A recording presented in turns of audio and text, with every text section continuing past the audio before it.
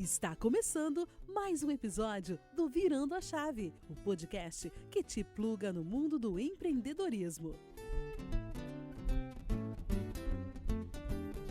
Bem-vindo, amigos do Virando a Chave. Chegamos ao nosso 9º episódio do nosso podcast.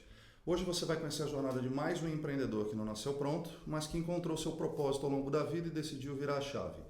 Ele é um dos paulistas mais cariocas que existe, tem 33 anos, casado com a sua sócia Isabela Botelho e tem um filho, o João, de 1 ano e 4 meses. Esse ex-atleta profissional que foi federado em 5 esportes diferentes e ganhou prêmios relevantes como nadador do Flamengo, se formou em publicidade e marketing e com pós em gestão de negócios pela PUC do Rio de Janeiro. Começou sua carreira na empresa júnior de sua universidade, foi consultor da Accenture por quase 4 anos e resolveu virar sua chave em 2011, quando se tornou mentor da startup Weekend e fundou a 21212 Digital Accelerator, que é o principal grupo de negócios e aceleradora digital da América Latina, onde ainda participa como sócio. Foi também membro do conselho da Entrepreneurs Organization Brasil, na sede do Rio de Janeiro, e atualmente é professor de Digital Product Leadership da Terra. É cofundador e CEO da Pin People, uma HR Tech que é uma plataforma de gestão de cultura e experiência do colaborador. No episódio de hoje, o nosso convidado é o Frederico Lacerda. Legal, prazer estar aqui, obrigado pelo convite. Imagina, tá certinho, Fred? Peguei bem perfeito. As referências? É isso aí. Então tá bom. E os nossos convidados que farão parte dessa conversa são Leonardo Setembre. Olá, galera. Mais uma vez, Marcel, obrigado. Uma grande oportunidade de estar aqui, bater esse papo com o Fred, com o Fernando e com vocês. E o Fernando Gentaglia. Olá, pessoal. Tudo bem? Obrigado pelo convite, todos vocês. Prazer estar aqui participando desse podcast. Obrigado, gente. Sejam todos muito bem-vindos. Vamos lá, Fred. Cara, me conta um pouco aí, para quem não te conhece, quem é você e como que você chegou até aqui. Legal. Então, eu sou o Fred, né? Eu gostei da sua introdução, sou o paulista mais carioca que existe, porque não parece que eu sou paulista, né? Pelo meu sotaque. Eu nasci em São Paulo, mas eu morei a vida toda no Rio.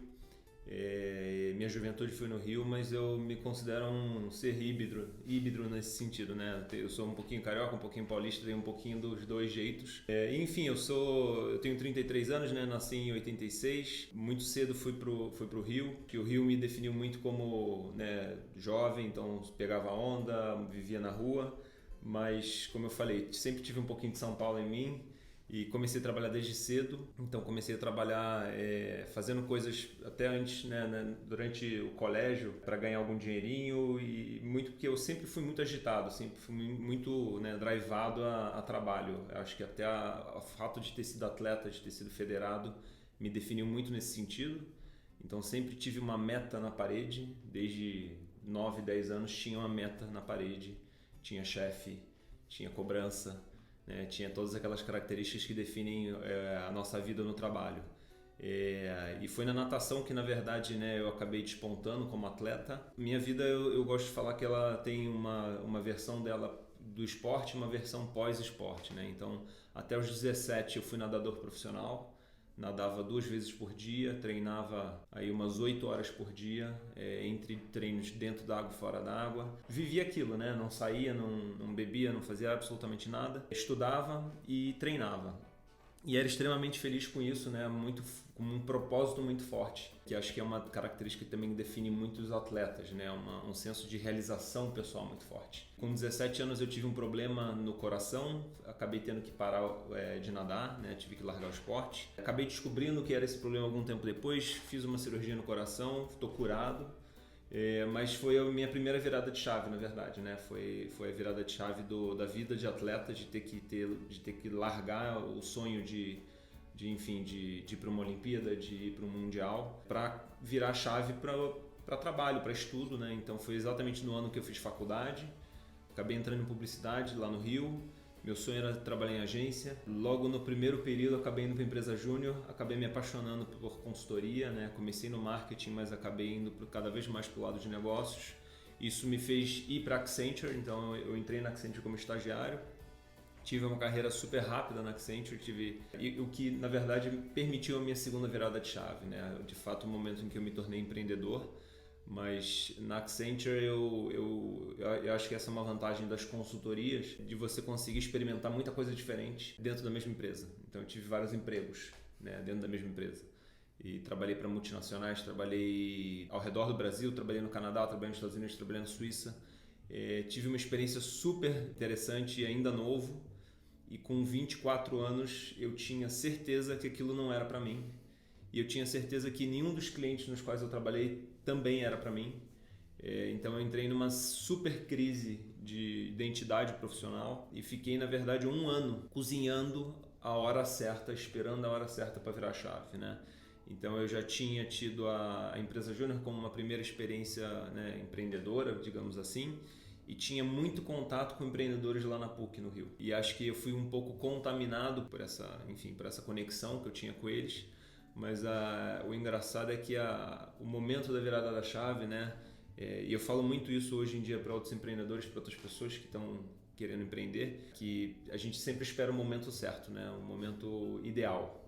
O momento em que, né, a gente está esperando ele cair no nosso colo, né? Sei lá, cair uma oportunidade, cair um convite para ser sócio de algum negócio. E eu fiquei 1 ano esperando o momento certo. E teve um belo dia que eu resolvi tomar um café com um empreendedor em Endeavor, inclusive, um conhecido, também aluno da PUC, um pouquinho mais velho do que eu, mas era um cara empreendedor serial já de sucesso, de internet. E resolvi tomar um café com ele e eu fiz a pergunta para ele, né? O que aconteceu para você virar a chave? O que foi o momento certo? O que foi a faísca, né? E a resposta dele foi mágica em mim, foi um soco no estômago, né? Um soco no queixo. Ele falou: Fred, o momento certo foi o momento que eu decidi empreender. Então não tem momento certo. E essa frase, eu ouvi essa frase várias vezes ao longo da minha vida depois, pelos meus sócios da minha primeira empresa, e eu percebo essa frase hoje em dia, que no momento em que a gente vira a chave que as coisas começam a acontecer, né? E não o contrário. Elas não vão começar a acontecer antes da gente virar a chave. Foi exatamente isso que aconteceu comigo, e foi tão forte esse soco no estômago que eu levantei desse café, eram umas 8h30 da manhã, fui pro escritório e pedi demissão. Eu nem pensei. Porque eu refleti, eu estou há 1 ano nessa vontade de virar a chave e nada mudou nesse 1 ano, né?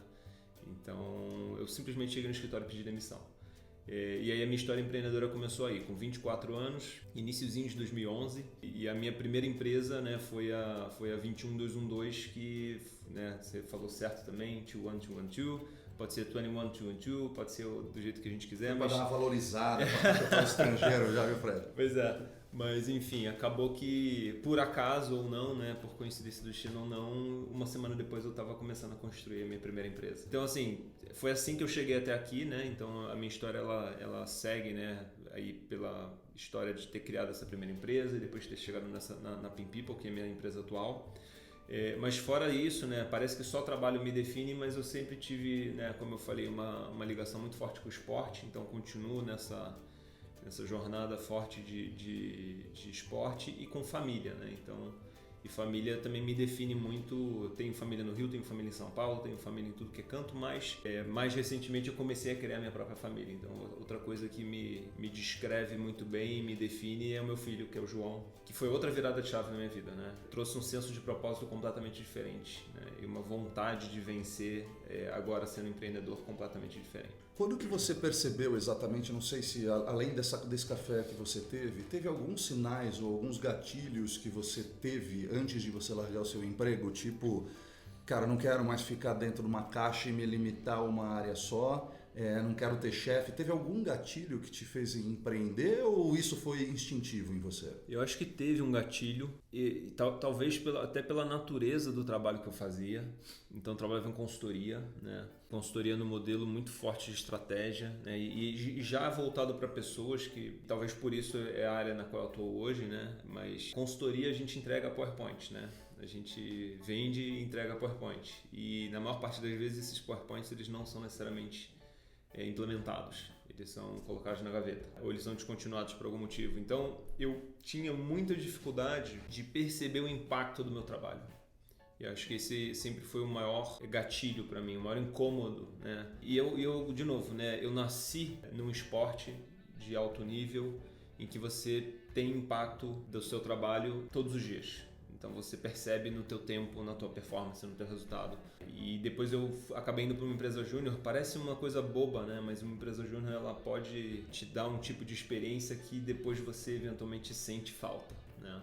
Que é uma experiência mais ligada à autonomia. Então eu já tinha tido eventualmente uma experiência empreendedora, né, em certo nível na empresa júnior, mas o que eu acho que faltou para mim trabalhando em consultoria e o que eu não encontrei nesse 1 ano que eu fiquei procurando o que é a coisa certa para o Fred, foi essa capacidade de impactar através do meu trabalho, né? Teve até um certo momento que eu pensei, talvez eu tenha que trabalhar numa empresa pequena, talvez o problema sejam empresas grandes, onde a gente tem muitos níveis, né, de distância realmente do impacto do nosso trabalho, do impacto no usuário final, né, do impacto ali na ponta. Mas eu sempre fui um cara muito ansioso também, então acho que isso também ajudou, né? Eu não queria esperar trilhar aquela jornada de 10, 15 anos para de fato, né, chegar numa posição onde eventualmente o meu trabalho teria um impacto mais relevante. Então, para mim, sempre foi a questão do impacto. Eu acho que isso foi a chave. Mas, assim, eu não nasci querendo empreender, né? Diferentemente da minha sócia, que é a minha esposa, né? Que é a Isabela, que nasceu numa família empreendedora, que é a 5ª geração de empreendedor da família, que tem isso no sangue. Eu não tenho isso no sangue, né? E eu nunca tive na minha família incentivos para empreender justamente por experiências fracassadas de empreendedorismo. Então eu sempre fui direcionado para o emprego tradicional, né? A engenharia, já fui completamente contra isso quando eu resolvi fazer publicidade, né? Mas assim, eu sempre tive essa educação em casa de buscar a segurança e não buscar o risco. Até porque empreender e errar naquela época, o erro era quase inaceitável, né? Continua sendo, mas muito menos, né? Mas sim, errar ainda, na minha opinião, é um pouco feio, né, do ponto de vista social, mas isso eu acho que é uma coisa que está mudando. Mas na época, sim, era um problema grande e era praticamente inaceitável. Eu acho que essa é uma boa definição.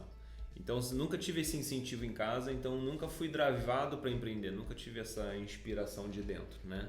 Eu acho que eu fui descobrindo ao longo do caminho. Então, uma coisa que me ajudou muito nessa busca pela coisa perfeita, digamos assim, foi conversar com gente de tudo que é tipo, né? Então, eu tive aí ao longo desse 1 ano de enrolação, eu na verdade fiz muito benchmark, fiz muitas mentorias, fiz muitas conversas, conversei com empreendedores da Endeavor, conversei com gente da PUC que tinha criado startups ali na incubadora de tecnologia da PUC lá no Rio. Era muito incipiente, né? Tinha muito poucos casos de sucesso, mas eu acho que o que me fez... eu não tive assim um momento em que eu falei, é isso, eu preciso empreender, eu preciso criar exatamente esse tipo de empresa. Não, eu talvez tenha encontrado essa oportunidade de trabalhar em algo que me permitiria causar um impacto maior por meio do meu trabalho, e por acaso era uma oportunidade de criar uma empresa. Então acho que foi assim que eu caí nesse mundo. Que legal, Fred. É muito interessante esse ponto, porque as pessoas às vezes têm uma visão de que o empreendedor é aquele cara que tem que nascer pronto, ou que só existe aquele empreendedor que vende tudo, vai morar numa Kombi com a família e acredita no sonho e arrisca tudo. E é isso que eu tento passar na mensagem do Virando a Chave, que é: empreender é difícil pra cacete, depois a gente vai falar um pouco disso, não é pra todo mundo, tem muita gente que tem essa ilusão de que, cara, eu quero empreender porque eu quero ganhar mais dinheiro e trabalhar menos, e é justamente o contrário.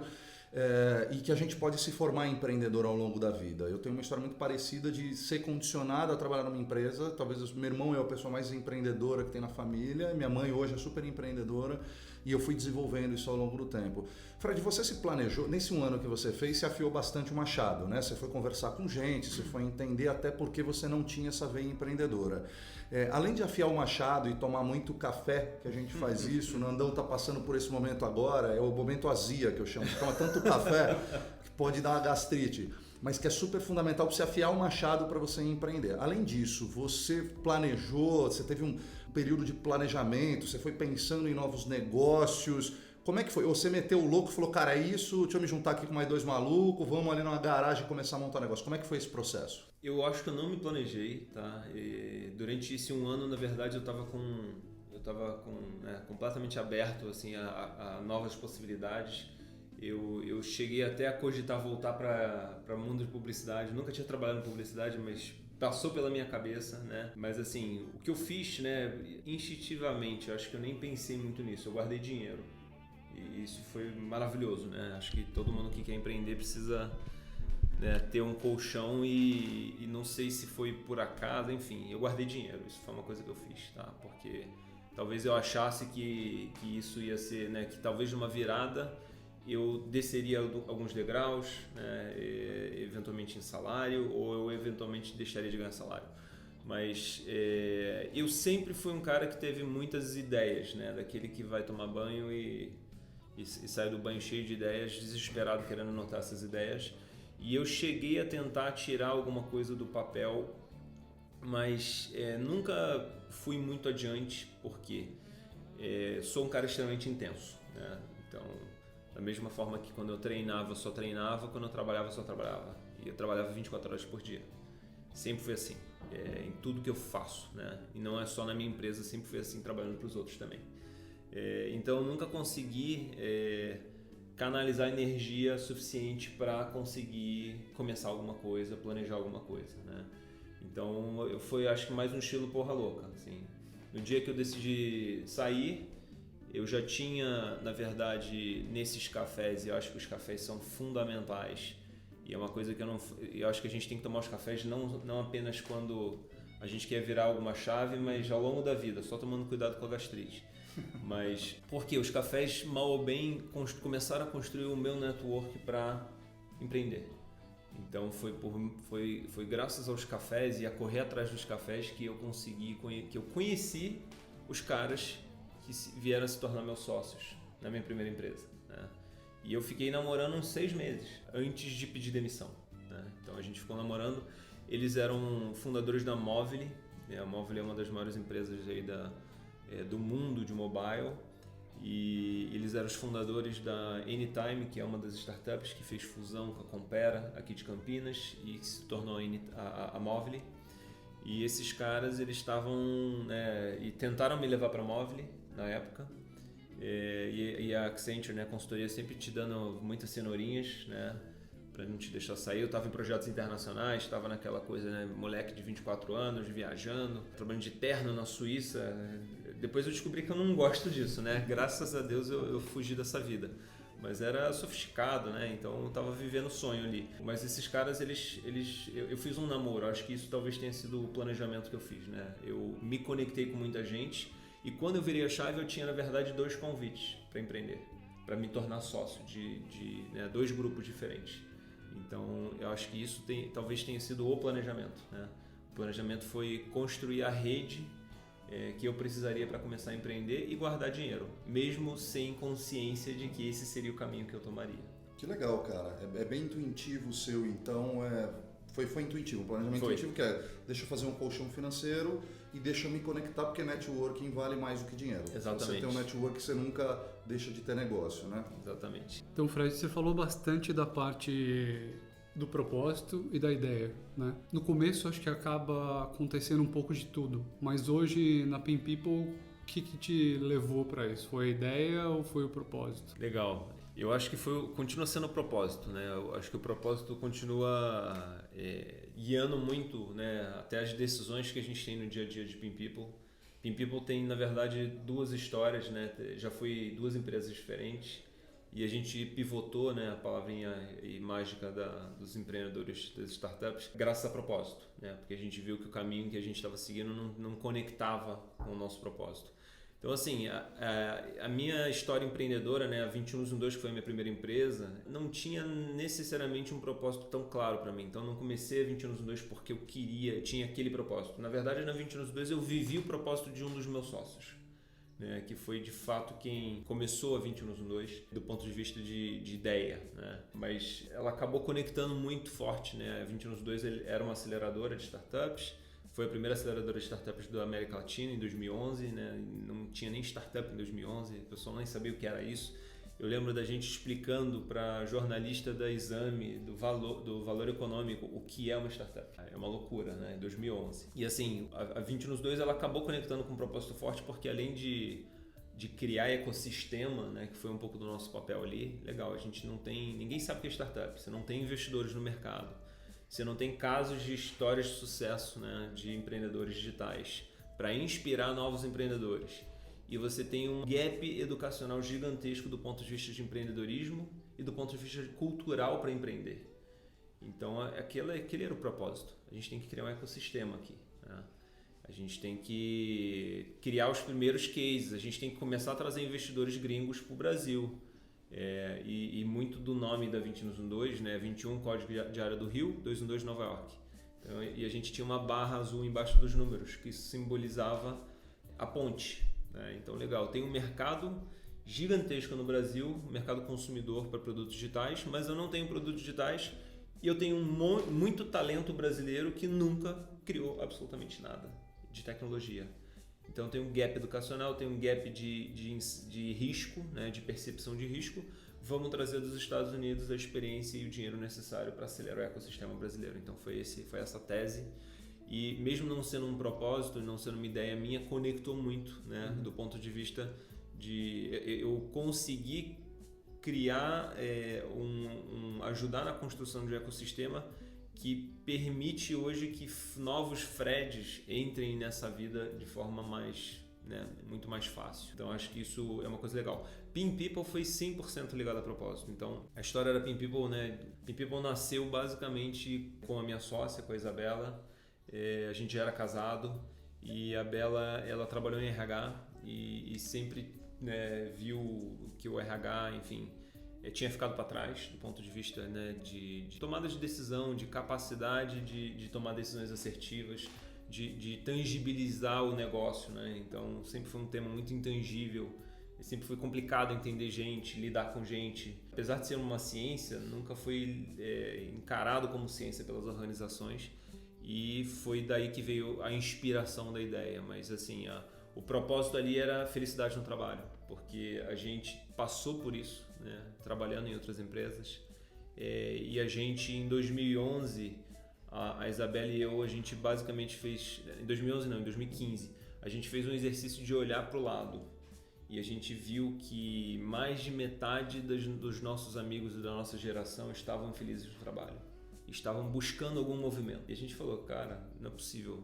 assim, dá para ser feliz no trabalho, né? Ela vindo da Endeavor, eu com a 2112 e extremamente realizados no trabalho, então esse foi o propósito, né? Dá para ser feliz no trabalho. A gente só precisa criar os meios necessários para que as empresas e as pessoas tenham relações melhores. E vamos usar tecnologia para isso, vamos usar dados para isso, e daí nasceu a Pin People. Então, de novo, né? Eu acho que muitas vezes a gente tem uma ideia por oportunidade, ou seja uma oportunidade de negócio, seja uma oportunidade porque ela cai no nosso colo de alguma forma, por meio de um convite, de um sócio. Mas o que eu aprendi é que a gente consegue se conectar com propósito, né? A gente consegue encontrar propósito em muita coisa. A gente não precisa necessariamente ter um propósito só, né? E eu vi isso muito forte aí, né, ao longo da minha jornada empreendedora também. As pessoas acham que o propósito ele é único a vida inteira, né, Fred? Na verdade, você pode desenvolver e descobrir ele ao longo do tempo.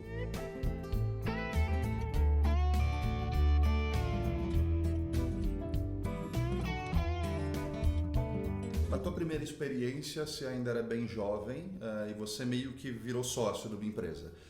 Na Pin People foi diferente. Na Pin People é você desbravando um mercado que ele é grande, ele existe, mas não da forma como vocês criaram. Que tipo de medo ou receio você teve antes de dar mais essa virada de chave e começar um negócio novo? A trilha do empreendedor no Brasil ela não é tão fácil, ela está mais fácil agora justamente por empresas como a 21212, a Ace Startups, a Start, você tem aberto um caminho interessante de educação para esse meio. Então hoje está um pouco mais fácil, mas as burocracias no país ainda são grandes, apesar de uma chuva de investimento que tem. Quais eram os medos e receios que você tinha antes e que hoje você olha e fala, porra, caramba, poderia ter feito antes? Na 2012 eu realmente comecei muito cedo, mas eu estava muito protegido, né? Eu tinha 5 sócios, 10 anos mais velhos do que eu e 10 vezes mais experientes do que eu.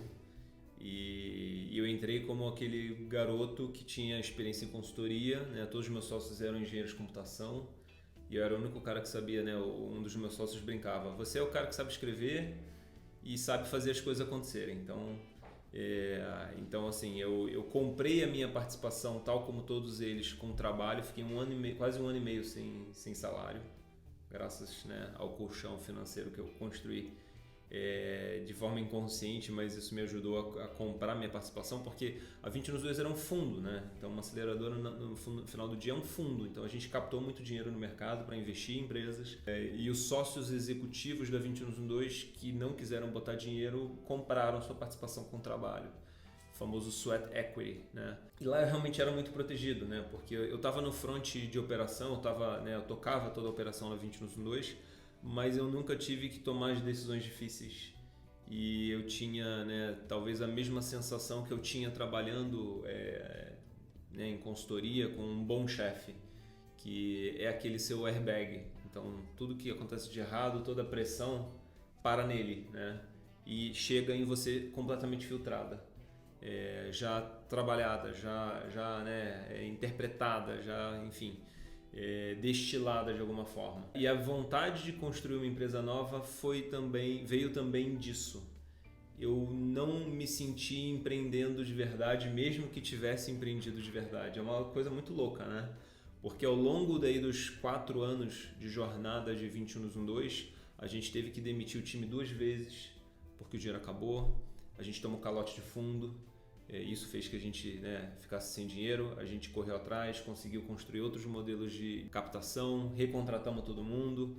A gente teve muitos altos e baixos ao longo dessa história, e a decisão de parar de acelerar startups e de virar um portfolio management company foi por oportunidade, não por necessidade. Então, assim, no final do dia, apesar da gente ter falhado na missão de construir uma aceleradora que sobreviveria como aceleradora, e nenhuma sobrevive, a gente vê isso hoje no mercado, mas a gente percebeu isso em 2014, final de 2014, a gente entende que foi uma jornada bem sucedida pelo portfólio de investimento que a gente construiu e pelo ecossistema que a gente construiu também. Mas, ali em 2015, eu tive a opção de continuar tocando a 21 nos 2 no modelo mais de investimento, e eu optei por começar de novo, por empreender de novo, justamente porque eu queria ser o número 1, né? Na lógica do risco, na lógica do queria desbravar, e é uma coisa muito louca, né? Você correr atrás do risco.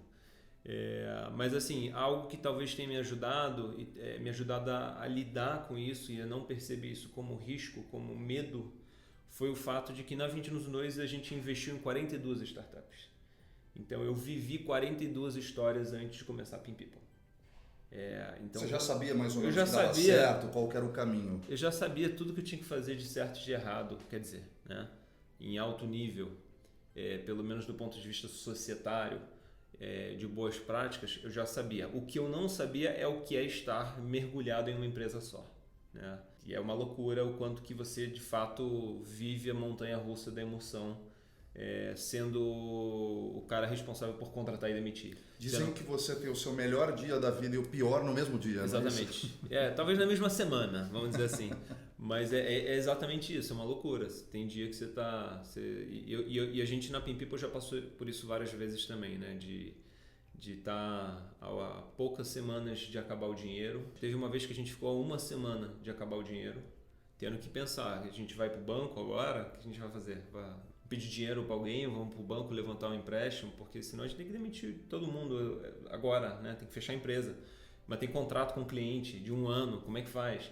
Então assim, a gente viveu isso, e a gente viveu momentos em que a gente tinha 1 ano e meio de runway, 1 ano e meio de vida de caixa. Então assim, é uma loucura, e quase na mesma semana, quase isso. Mas assim, a minha decisão de empreender de novo, ela foi muito baseada em ter a certeza de que eu não queria voltar para o mercado naquele momento, e de que eu tinha gostado muito da experiência a ponto de querer viver ela mais intensamente. Acho que foi um pouco isso, né? E obviamente, a escola que eu tive com a 21 nos 2 me permitiu passar muitos desses desafios, pelo menos do ponto de vista jurídico, societário. Eu tinha o caminho das pedras. Eu tinha a melhor advogada do Brasil de startup, né, que é minha advogada hoje. Eu tinha alguns aspectos aí que com certeza me ajudavam a reduzir a percepção de risco. Mas no final do dia, eu acho que empreender é mais curtição do que medo, né? Então o medo está sempre em você, não tem jeito. né? Eu já desisti de, por exemplo, querer perseguir o conforto e a zona de conforto. Até porque, frase, né, um dos meus investidores fala muito isso, que mar calmo não faz bom marinheiro. Então, eu aprendi isso. Empreender e o caminho de qualquer startup que esteja dando certo é a turbulência, é o caos. E você tem que saber viver no caos. Então, empreender é assim. A gente não tem história fácil, não tem overnight success, não tem, né, empresa que dá certo da noite pro dia. Isso não existe. Existe trabalho duro e existe, né, persistência. Talvez um pouco do que eu vivi como atleta, né? Eu estou vendo que são os clichês todos. Todos os clichês são verdade. É uma maratona, né? Então, eu acho que tudo isso me ajudou muito na hora que eu resolvi criar a Pin People. E, na verdade, a Isabela, que é minha sócia e minha esposa, criou a Pin People e eu acabei embarcando com ela. Exatamente. Então, Fred, você estava falando bastante da parte do seu passado e o momento atual, né? Então, você veio da parte, diria, quase praticamente operacional e hoje você está no business. Você acha que qual a relevância de passar para aquela mão na massa diária para de hoje ter uma visão mais holística da empresa?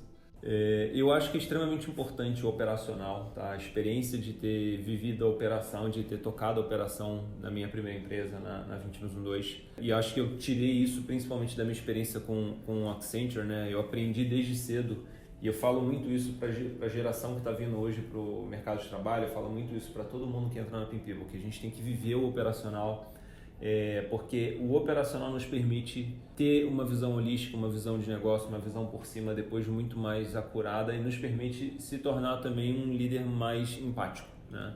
E assim, todo empreendedor vai fazer um pouquinho dos dois, né? Todo empreendedor vai ter que servir café e fazer projeção financeira, não tem jeito. Eu acho que o grande desafio é quando você começa a crescer, e acho que esse é um desafio que a Pin People está passando agora, é você saber largar a operação, você conseguir transicionar do operacional para o estratégico, para a liderança, e começar e aceitar o fato de que você terá outras pessoas tocando a operação de forma diferente da forma como você tocava, mas está tudo bem, né? Mas acho que foi extremamente importante durante a minha jornada. Fred, você tem um background muito interessante que mistura um pouco do seu esporte, que te trouxe uma certa disciplina, resiliência e foco em metas. Depois você teve uma experiência numa consultoria que vai sempre também te direcionar para um processo, para uma coisa muito racional, né? Então, aparentemente, você se formou muito racional nessa história inteira. Mas o quão intuitivo ou o quanto a intuição também é importante na decisão de negócios e nas suas decisões pessoais, o quanto que você teve que usar da intuição ou ouvir mais o seu lado intuitivo? Essa é uma ótima pergunta, porque eu sempre fui muito racional na vida, né? Todas as decisões de virada de chave que eu tomei passaram por um processo de reflexão completamente racional, né? Eu cheguei a criar um canvas para tomar a decisão de sair da Accenture, de começar a empreender. Um canvas para redução do risco, né? Do risco dentro da minha cabeça. Por quê? Porque eu precisava racionalizar aquilo para saber se aquele era o caminho certo. E acho que a intuição, ela sempre eu nunca lidei bem com ela antes de começar a empreender. Eu sempre precisava racionalizar essa intuição, né? Tinha aquela chaminha dentro do peito falando que talvez a direção fosse aquela, mas eu duvidava dessa chaminha e tinha que fazer um processo, né, racional para de fato tomar essa decisão. E acho que enquanto empreendedor a gente acaba desenvolvendo muito mais a habilidade de ouvir a nossa intuição. Todo mundo tem intuição. Acho que a diferença é o quanto que a gente dá espaço para ela na nossa vida, e o quanto que a gente acredita nela a ponto de tomar decisões importantes, né? Então, hoje em dia a intuição é uma coisa muito mais importante na minha tomada de decisão. Eu acho que na 2112 eu aprendi isso enxergando, né, o processo de tomada de decisão dos meus sócios, muitas vezes intuitivo, e às vezes a gente não acredita, né? Eu acho que é daí que vem todas as histórias de que os empreendedores muitas vezes são incompreendidos, né? Porque parece não fazer sentido o caminho que eles estão tomando, mas eles estão muito baseados em intuição. Mas ao mesmo tempo, a minha experiência com a 2112 por ter sido talvez uma aceleradora que ensinava a metodologia para redução de incerteza na construção de negócios digitais, eu aprendi também que existe um processo baseado em método científico para rapidamente validar intuição, para a gente reduzir a incerteza que existe na intuição. Então hoje eu me considero um cara muito equilibrado nesses dois lados, né? Mas ainda sou um cara muito racional e acho que nessas horas a gente também tem que buscar se complementar com outras pessoas, né? E acho que eu vejo na minha sócia, por exemplo, uma pessoa muito mais intuitiva, que toma decisões de forma mais intuitiva, enquanto eu sou um cara mais racional, e a gente tem um balanceamento bacana dessa forma, né? Mas assim, a intuição ela tem que existir para o empreendedor. A gente tem que ouvir a intuição, porque a gente simplesmente perde o timing se a gente quiser racionalizar tudo. Fred, o que você teria feito diferente nessa sua jornada? Agora, depois pelo que você passou, 4 anos de Pin People, você teria feito alguma coisa diferente? Ou você cometeu algum erro que hoje você faria diferente? Essa é sempre uma pergunta difícil de responder, né? Porque eu cometi muito erro, muito. Gostaria de ter feito muita coisa diferente? Sim. Teria capacidade? Não sei, porque acho que eu estou numa jornada de aprendizado, né? Então, uma coisa que eu sei é que eu não me arrependo de nada, absolutamente nada. Tomei as decisões difíceis que tinham que ter sido tomadas. Talvez o que eu tivesse feito de diferente é ter ouvido mais a intuição. Teve, né, a gente na Pin People teve um momento, por exemplo, que a gente pivotou a empresa, que a gente mudou a empresa, né, de um tipo de atuação para outro completamente diferente, e a gente também demorou 1 ano para fazer o movimento. A gente poderia ter feito 1 ano antes. A intuição já estava lá, o cheiro, né, de que a direção tinha que ser outra já existia, mas a gente buscou a certeza para tomar essa decisão. Então acho que talvez o que eu mudaria seria a velocidade para tomada de decisão baseada na intuição. Então acho que essa é a única coisa que eu teria feito diferente. De resto, acho que todos os erros foram importantes para a gente chegar onde a gente está. O que não te contaram sobre empreender e que hoje você compartilha com quem quer começar ou com quem está começando a empreender? Não me contaram que ia ser tão difícil, tá?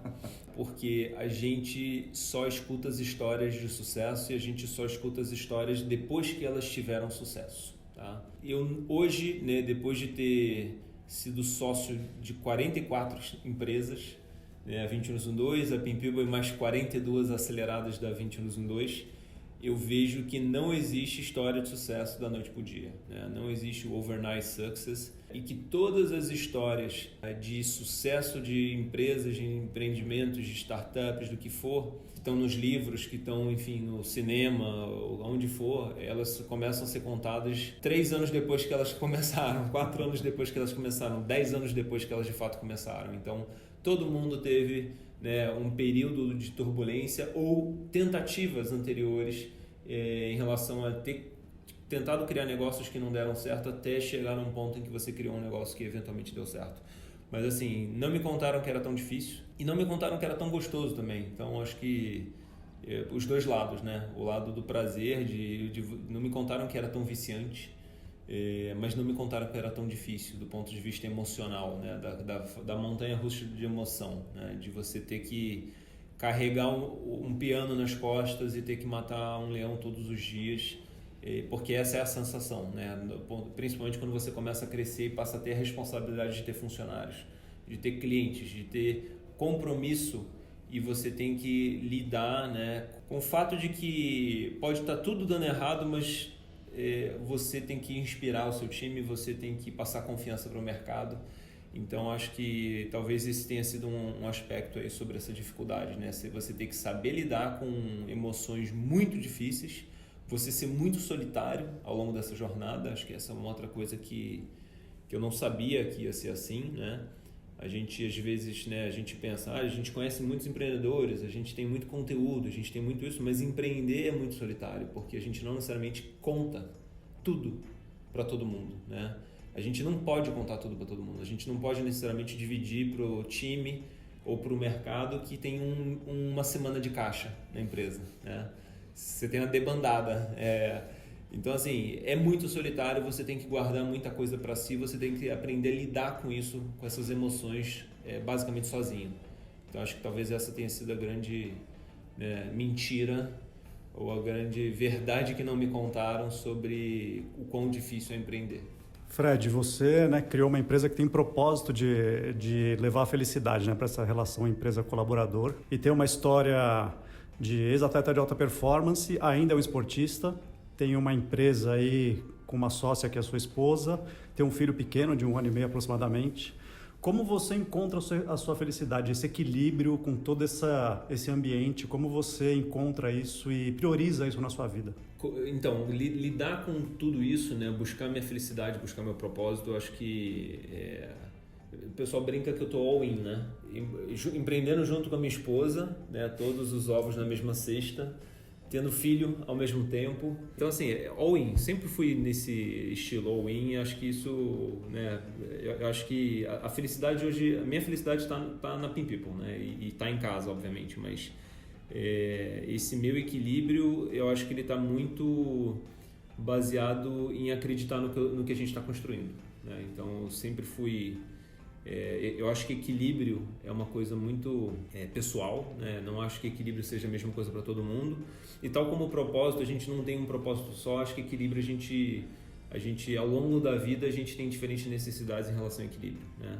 E eu me vejo neste momento numa fase em que trabalho me traz equilíbrio, né? Inclusive, né, o pessoal fala: você não quer voltar para o Rio?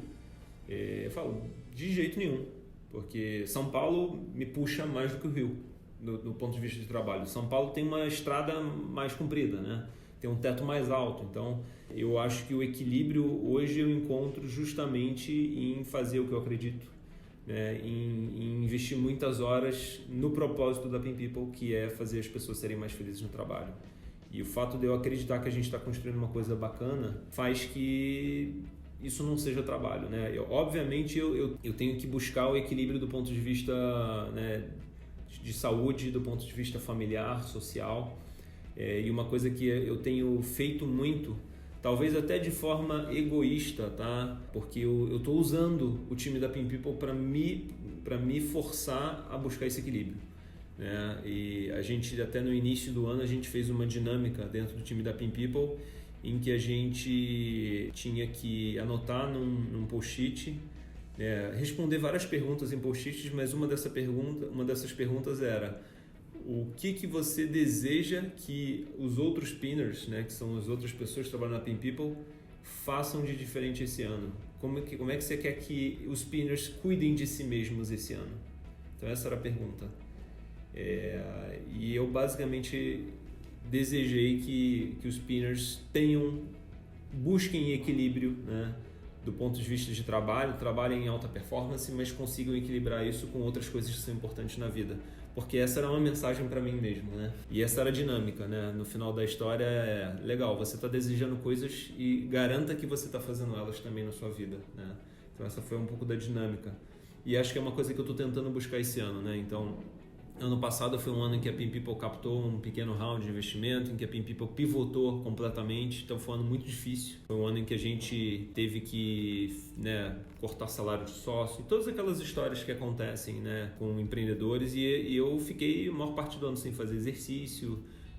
O João, né, aí crescendo, primeiro ano de vida, então foi um ano muito difícil do ponto de vista de equilíbrio, de conseguir fazer um pouquinho de tudo. Mas eu acho que a ideia esse ano é que a gente consiga, né, continuar trabalhando muito, mas que a gente consiga também equilibrar isso com o esporte e com tempo de qualidade com a família, né? Então, porque eu não acredito que a gente dure muito tempo se a gente não tiver esse equilíbrio, né? E a gente basicamente não vai ter que conseguir manter um trabalho de alta performance por muito tempo. Mas é um pouco dessa forma aí que eu sigo ao longo de 2020. Todo atleta precisa descansar também, não é, cara? É isso aí.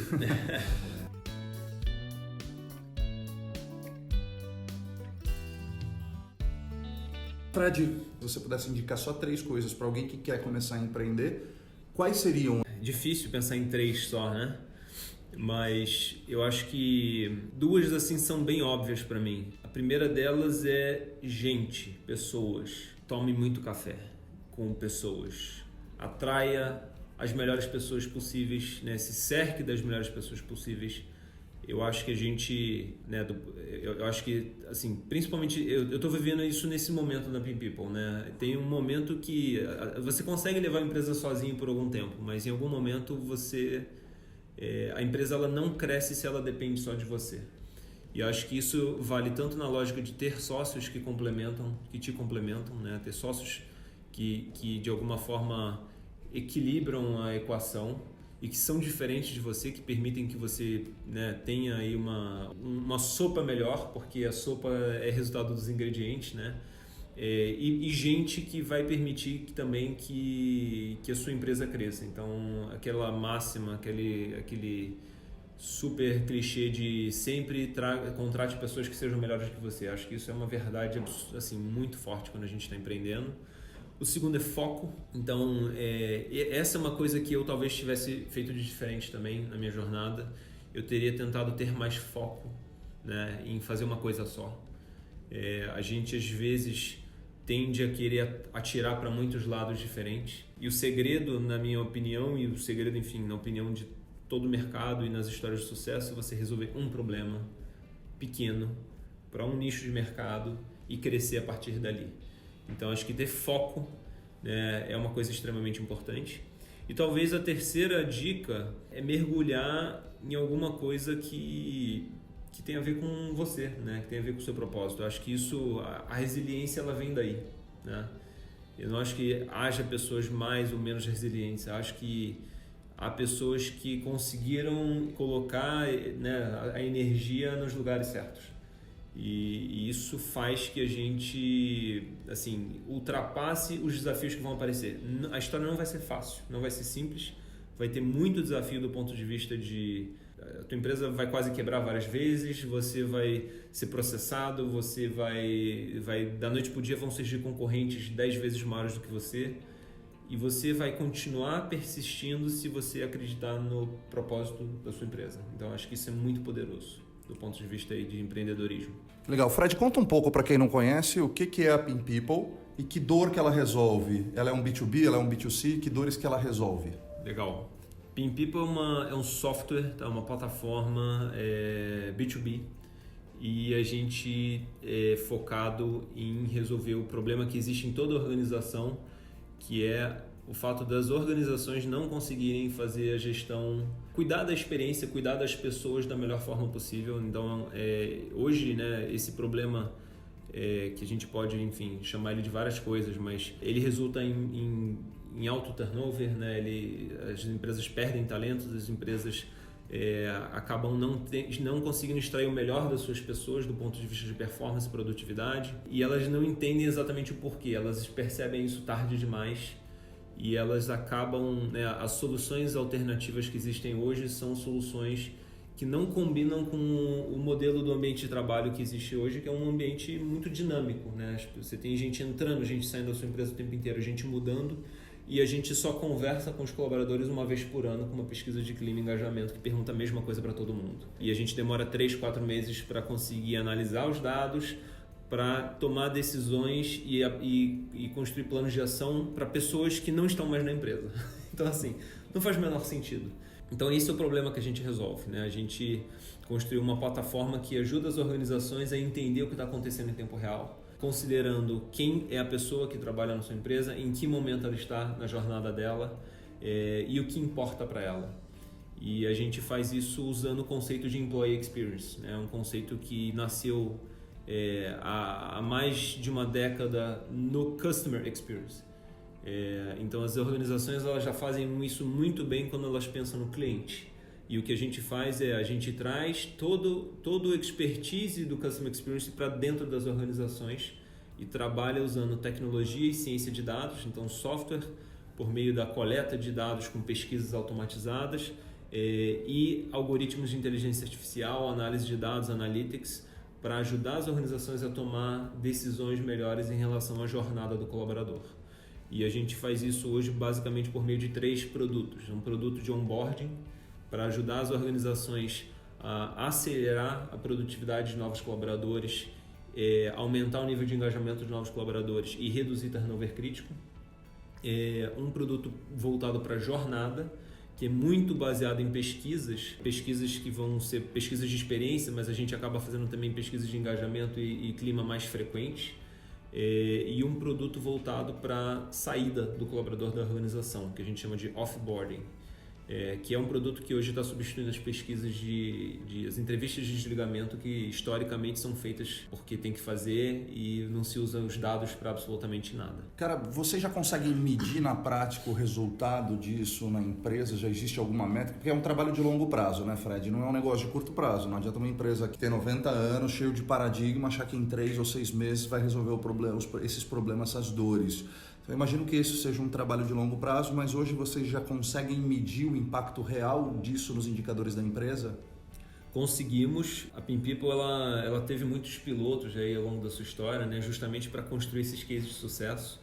Mas hoje a gente trabalha com grandes empresas, né, então nossos clientes são em geral empresas com mais de 500 colaboradores, mas a maior parte deles tem acima de 5.000 colaboradores. E a gente hoje está conseguindo não apenas mensurar métricas do ponto de vista de ganho de produtividade para o RH, né? Porque hoje a PinPeople ela automatiza o processo de pesquisa, então acabou aquela história de vamos fazer uma pesquisa para a empresa inteira. A gente automatiza todo o processo de análise desses dados, então tudo que a PinPeople captura é analisado e apresentado em tempo real para o RH, e a gente automatiza o desdobramento dos resultados para a organização no momento em que a gente coloca gestores como usuários da ferramenta para ver o resultado dos seus próprios times. Então a gente consegue mensurar muito o ganho de produtividade que o RH tem. A gente tem uma ferramenta nova agora de entrega de comunicação automatizada para melhorar a experiência do colaborador, e isso também a gente está basicamente automatizando coisas que o RH fazia manualmente. E do ponto de vista de negócio, a gente já conseguiu criar alguns cases bem bacanas que mostram redução de turnover crítico de primeiro ano, né? E aumento de aceleração de produtividade do onboarding, por exemplo. Então, a gente hoje tem clientes que conseguem, né, nos mostrar que desde que a PinPeople entrou na empresa, existe uma maior taxa de engajamento do colaborador com treinamentos obrigatórios, né? Teve um cliente grande que a gente dobrou a taxa de adesão ao treinamento de compliance de primeira semana, basicamente porque a gente entrega ele de forma diferente, né? A gente não dá o treinamento, mas a gente fala para a pessoa certa, na hora certa, que o treinamento tem que ser feito. Mas acho que a questão da redução do turnover acaba sendo o nosso principal driver de resultado, de case, né? Mas a PinPeople tem um desafio, por ser uma empresa de analytics, a gente depende do nosso cliente agir em cima dos dados para que o resultado de fato aconteça. Então acho que o nosso grande ganho que a gente dá para as organizações hoje é ter o dado em tempo real. Então a decisão ela pode ser tomada e qualquer ação pode ser mensurada em tempo real usando o PinPeople. E acho que esse é o grande, né, num mundo em que a gente tem que começar a tomar decisões de forma mais tangível, porque a gente tem os dados. PinPeople tem sido o meio para capturar e analisar esses dados em tempo real para as organizações. Que legal. Cara, qual que é a estrutura, quantidade de pessoas? Conta um pouco agora dos números ou tamanho que você possa falar da PinPeople hoje. Então, a gente, como eu comentei, a gente é uma startup recém-pivotada, então a PinPeople mudou completamente o que fazia no ano de 2019, né? A gente voltou a faturar, a gente deu uma barrigada de receita, voltou a faturar em março, num modelo SaaS, Software as a Service, então a gente mudou completamente a empresa. E hoje a gente tem 14 pessoas na PinPeople com 7 vagas abertas. Então a gente há 3 meses tinha 8 pessoas na PinPeople, então a gente está acelerando, né? A gente está justamente no momento de aceleração e basicamente crescendo muito forte a base de clientes. Então a gente praticamente triplicou a base de clientes no segundo semestre do ano passado, e é o sinal de que o caminho que a gente tomou na lógica de pivotar a empresa, na lógica de mudar a direção, está dando certo. Como é que está o estágio de maturação hoje da empresa com relação ao momento, a jornada, e dentro também de um funding raising, como é que vocês estão vendo isso? Vai via bootstrapping? Vocês têm investidor? Como é que está funcionando isso para vocês? Então, a gente está num momento de maturidade, né? Se a gente for perseguir ali a lógica da metodologia, né? De como é que chamam isso, a gente está com um sinal do Product Market Fit bem na nossa frente. Então, Todos os sinais de Product Market Fit estão acontecendo agora para Pin People, né? A gente está com mais pedidos do que a gente consegue entregar. Tem uma frase também que eu ouvi do presidente da Y Combinator, né? No final do ano passado, que o sinal de que está tudo dando certo é quando tudo começa a quebrar. Porque os canos não são tão grossos para o volume de água que está vindo. Ou seja, o mercado quer você e você não está tão preparado assim. Isso é o sinal de que você está no caminho certo, e a gente percebeu isso no final do ano de 2019 na Pin People. Então, assim, a gente está num estágio de maturidade bem bacana, justamente no modelo de construção de uma máquina de vendas, de construção de uma equipe de operação para escalar. Então, a gente está justamente nesse momento. Em termos de fundraising, a gente está num round seed nesse momento, né? Então, um pre-series A, digamos assim.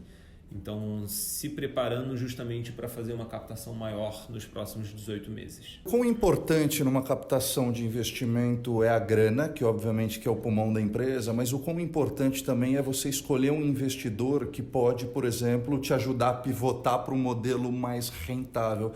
Eu percebo muita gente nessa corrida de grana só para parar o negócio de pé, e às vezes esquece que talvez o investidor possa trazer networking, pode trazer uma baita experiência e pode transformar o seu negócio.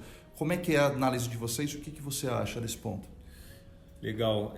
Eu acho que é extremamente importante, né? A Pin People, ela, na verdade, cresceu também baseada em investimento, não investimento grande, mas investimento anjo, com muito smart money, né? Muitos investidores que eram pessoas importantes né, na lógica do que a gente estava construindo. Então, a gente tem duas fases de investidores, né? Eu nem deveria citar nenhum deles porque eu precisaria citar todos eles, né? Porque todos eles são extremamente importantes para a gente. Mas talvez, né, mais recentemente, por exemplo, a gente trouxe o Eduardo Gouveia, o Clayton, o Baran e o Antônio Salvador, que é ex-diretor de RH do GPA. O Eduardo Gouveia, que eu comentei, né, um dos CEOs mais respeitados do Brasil. Então a gente trouxe pessoas de peso para a Pin People justamente para nos ajudar a construir, a pavimentar o caminho do crescimento, e elas foram importantes para elevar a barra, né, em termos de como é que a gente constrói estratégia e executa dentro da Pin People. Então eu acho que é extremamente importante. E talvez na lista de 3 dicas eu vou botar uma quarta, daqui a pouco eu vou botar uma quinta, uma sexta, mas enfim. Mas eu acho que ter investidores é muito importante, né? A Pin People, ela seguiu um caminho de bootstrapping por algum tempo e ela captou nos momentos em que ela tinha que dar uma pequena acelerada, mas ela captou não pela grana e sim pela inteligência que essa grana trazia. Então eu acho que isso é extremamente importante, né? A dica de investimento é sempre capte dinheiro com quem não vai sentir falta dele e com quem vai te agregar e não vai te encher o saco. Então isso é uma coisa que a gente fez muito bem na Pin People. A gente tem hoje pessoas que estão de fato na operação da Pin People, né? Então a gente tem um batidão semanal com investidores, tem conselho baseado em produto, conselho comercial, conselho disso, conselho daquilo. E é como, de alguma forma, são os executivos que a gente gostaria de ter na empresa, a gente não tem dinheiro para pagar. E eles pagam para estar aqui. E eles pagam para estar aqui. Esse é o perfeito. Que legal. Fred, a gente está falando muito, escuta muito de transformação digital. Você talvez seja, a Pin People seja talvez a empresa que vai causar uma transformação digital com foco em gente. A transformação digital que se fala muito, as pessoas pensam muito em tecnologia. E na verdade é muito mais de mudança de mindset e talvez mais humano do que tecnológico. Quais são os desafios de uma empresa de HR Tech envolvida com tecnologia, mas que o foco é o ser humano? Bom, eu acho que você pegou exatamente no maior desafio que a gente tem hoje, tá? Porque Pin People não muda nada sozinha, tá? Não adianta, e não é só Pin People, não adianta contratar uma startup ou contratar um software, porque tecnologia não muda comportamento. Tecnologia não para de pé se você não mexer no processo e se você não mexer na cultura e no mindset da organização. Então, assim, hoje esse é um desafio grande do ponto de vista, né, do que a gente faz. É um desafio que está sendo muito, né, não tanto só do RH. O RH ele está em transformação das organizações. E existem, né, muitas organizações hoje que estão com a cabeça para frente. Eu acho que essa é uma questão de maturidade de mercado também que a gente percebeu, né? 2, 3 anos atrás era muito mais difícil construir uma Pin People do que é hoje, porque o mercado amadureceu. Isso é bom para a Pin People, mas é bom também para a concorrência. mas eu acho que é um momento bom para empresas de tecnologia no RH. Mas o desafio está sendo muito também de mudar o mindset dentro da organização do ponto de vista de liderança, né? Então, o RH ele não é o responsável pela experiência do colaborador. O responsável pela experiência do colaborador é o próprio colaborador e a gestão, né? Os líderes, os gestores. E o RH ele é basicamente um orquestrador dessa história. Então, o nosso desafio está muito forte na lógica de ajudar o RH a mudar a forma de trabalho dele, ajudar o RH a sair do papel de ser uma babá do dia a dia, da liderança, ajudar o RH a se tornar mais analítico na tomada de decisão e, em paralelo, ajudar o RH a transformar o mindset internamente para que a liderança e os gestores, né, e os colaboradores se tornem mais responsáveis pela gestão de pessoas nas organizações.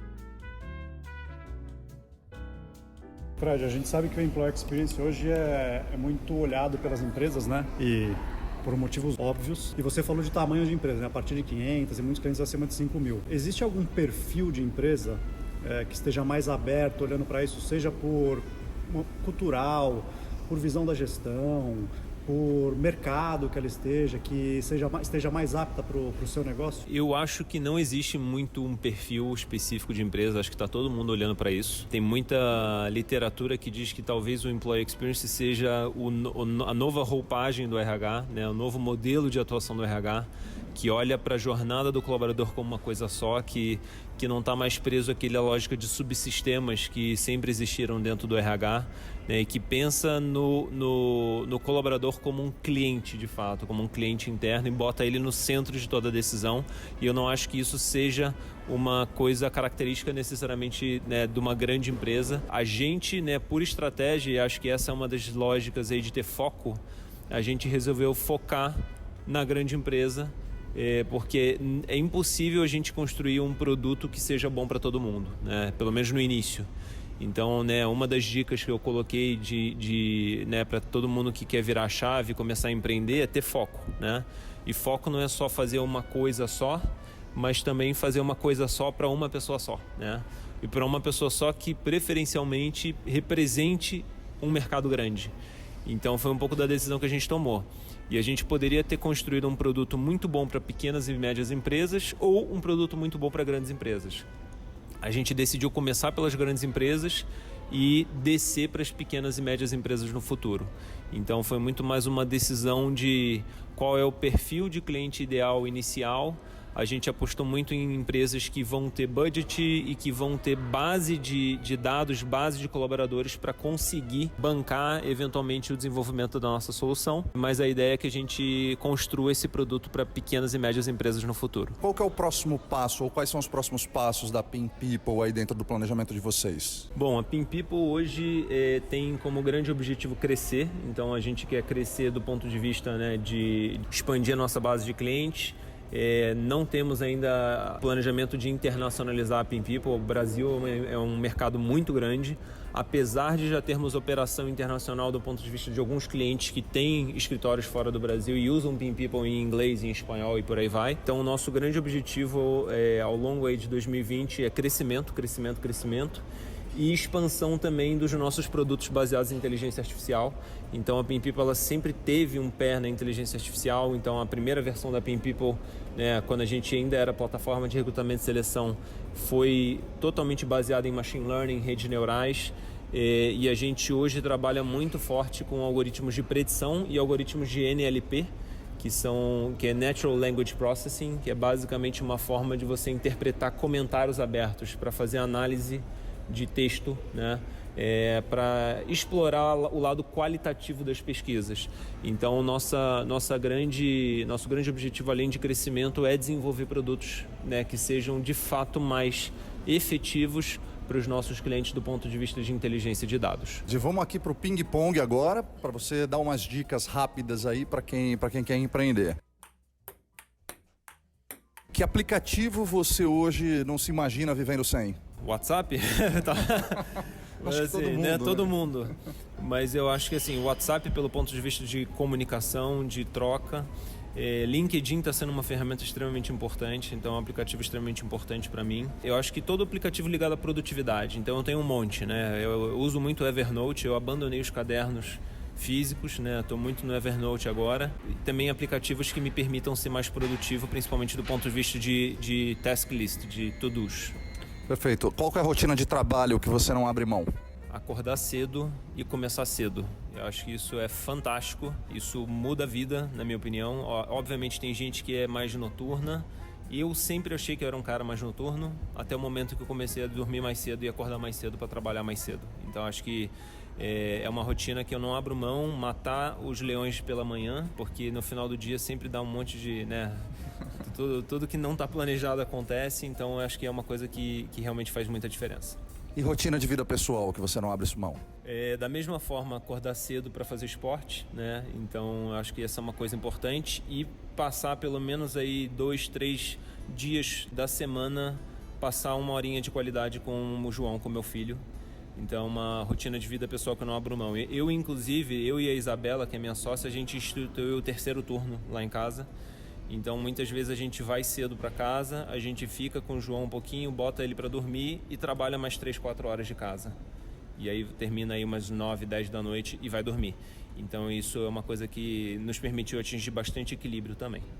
Tem algum livro que mudou o seu mindset ou que te ajudou a evoluir de uma forma mais prática e você indicaria para quem quer empreender? Eu acho que tem uma pilha de livros que eu indicaria, e tem uma outra pilha de livros que eu gostaria de ler e não tenho tempo. E eu continuo comprando os livros e eles continuam empilhando, né? Teve um livro que eu acho que é muito bom. Ele talvez não seja tão bom para empreendedores de primeira viagem. Eu acho que ele vai ser bom, mas ele é aquele típico livro que você tem que ler várias vezes ao longo da vida, porque você vai amadurecendo e vai mudando a tua percepção em relação a esse livro.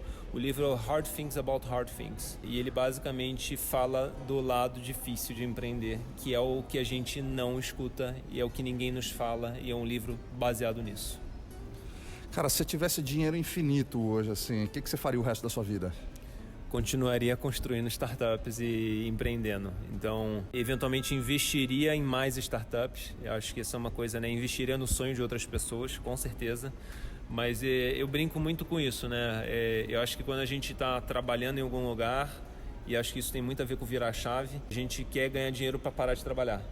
E eu quero ganhar dinheiro para continuar podendo trabalhar no que eu gosto de fazer sem ter a pressão financeira, né, me apertando. Então, acho que essa seria a minha decisão. Qual que é o teu sonho? Meu sonho é olhar para o lado e ver que mais de 50% dos meus amigos estão felizes e realizados no trabalho. Muito bom, cara. É um propósito misturado com um sonho. E qual que é a sua próxima virada de chave? Boa pergunta. Eu acho que minha próxima virada de chave tem muito a ver com a Pin People, né? Eu não diria que é vender a Pin People, mas dar o próximo passo, né? Eu acho que a gente está justamente nesse momento em que a gente precisa entrar num growth mindset, né? Entrar num modo de pensar baseado em crescimento e conseguir começar a deixar de ser startup. Para mim, essa é a grande virada de chave que a gente tem pela frente. Para mim, eu não penso em próximo negócio, eu acho que isso naturalmente vai acontecer no dia que for para acontecer, mas a minha próxima virada de chave está na transformação da Pin People na empresa que ela precisa se tornar daqui para frente. Que legal, Fred, cara, muito obrigado pela disponibilidade de tempo. Baita história inspiradora, acho que para mim foi uma aula de MBA e de negócios aqui num dia só. Esse é o privilégio de ter um podcast. Cara, obrigado mesmo pela disponibilidade, por contar a sua jornada. Como é que as pessoas te contatam pessoalmente e a Pin People? E qual que é o teu recado final para quem nos escuta? Primeiro, super obrigado pelo convite, né? É sempre um prazer poder compartilhar um pouquinho e enfim, falar de mim mesmo. Eu nunca faço isso. E infla um pouquinho o ego, mas é gostoso revisitar um pouco a nossa história, né? E falar sobre ela, porque de alguma forma a gente vê que a gente ralou muito e teve muito chão, né? E que não foi por acaso que a gente chegou onde a gente chegou. Então, super obrigado por essa oportunidade. Para me contactar, a melhor forma é LinkedIn, né? Acho que é a forma mais fácil. Frederico Lacerda no LinkedIn, Pin People, né? 2112, qualquer uma dessas coisas que for procurar no LinkedIn, vocês vão me achar. E Pin People é nosso site, então, e também o LinkedIn da Pin People, mas acho que o nosso site é a melhor forma, então www.pinpeople.com.br, a gente tem lá um formuláriozinho de contato para todo mundo que quiser trocar ideia ou, enfim, conhecer mais sobre o nosso trabalho. Teu recado final, Fred, para quem quer empreender. Não esperem o dia certo, a hora certa, o momento ideal para virar a chave, né? E, de novo, essa foi a mensagem que me fez virar a chave e eu vou aqui passar essa mensagem num podcast, né, para ver se atinge mais gente. Não existe o momento certo. O momento certo ele não vai aparecer de repente na sua frente.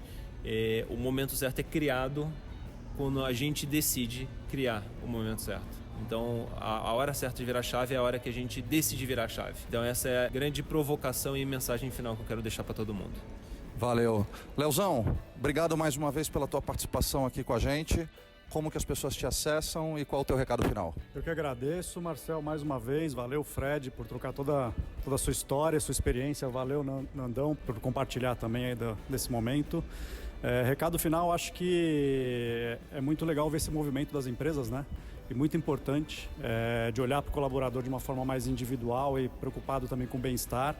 E acho que os colaboradores também têm que se colocar, né? Ter um momento de autoconhecimento e saber se entender e se colocar para ter a contrapartida. Também pedir para a empresa, porque as empresas querem escutar, elas estão abertas a escutar e ele também tem que passar essa comunicação de volta. Acho que a gente atinge esse objetivo. E para me encontrar no LinkedIn, Leonardo Setembre. Setembre é igual setembro, só com 2 T's e E no final. Vai ser um prazer aí quem quiser conectar comigo. Grande abraço. Valeu, Leozão.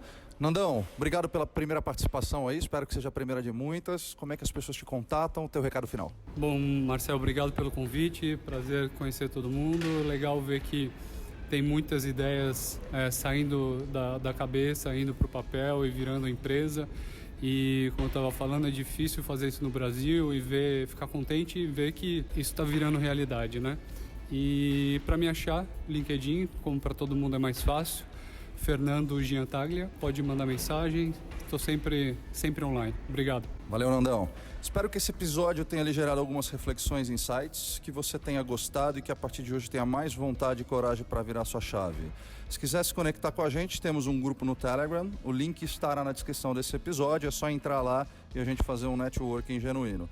Não deixe também de nos enviar seus comentários, críticas, sugestões ou feedbacks pelas nossas redes sociais, no Facebook, Instagram, LinkedIn e YouTube, tudo @podcast Virando a Chave e no nosso site www.podcastvirandachave.com.br.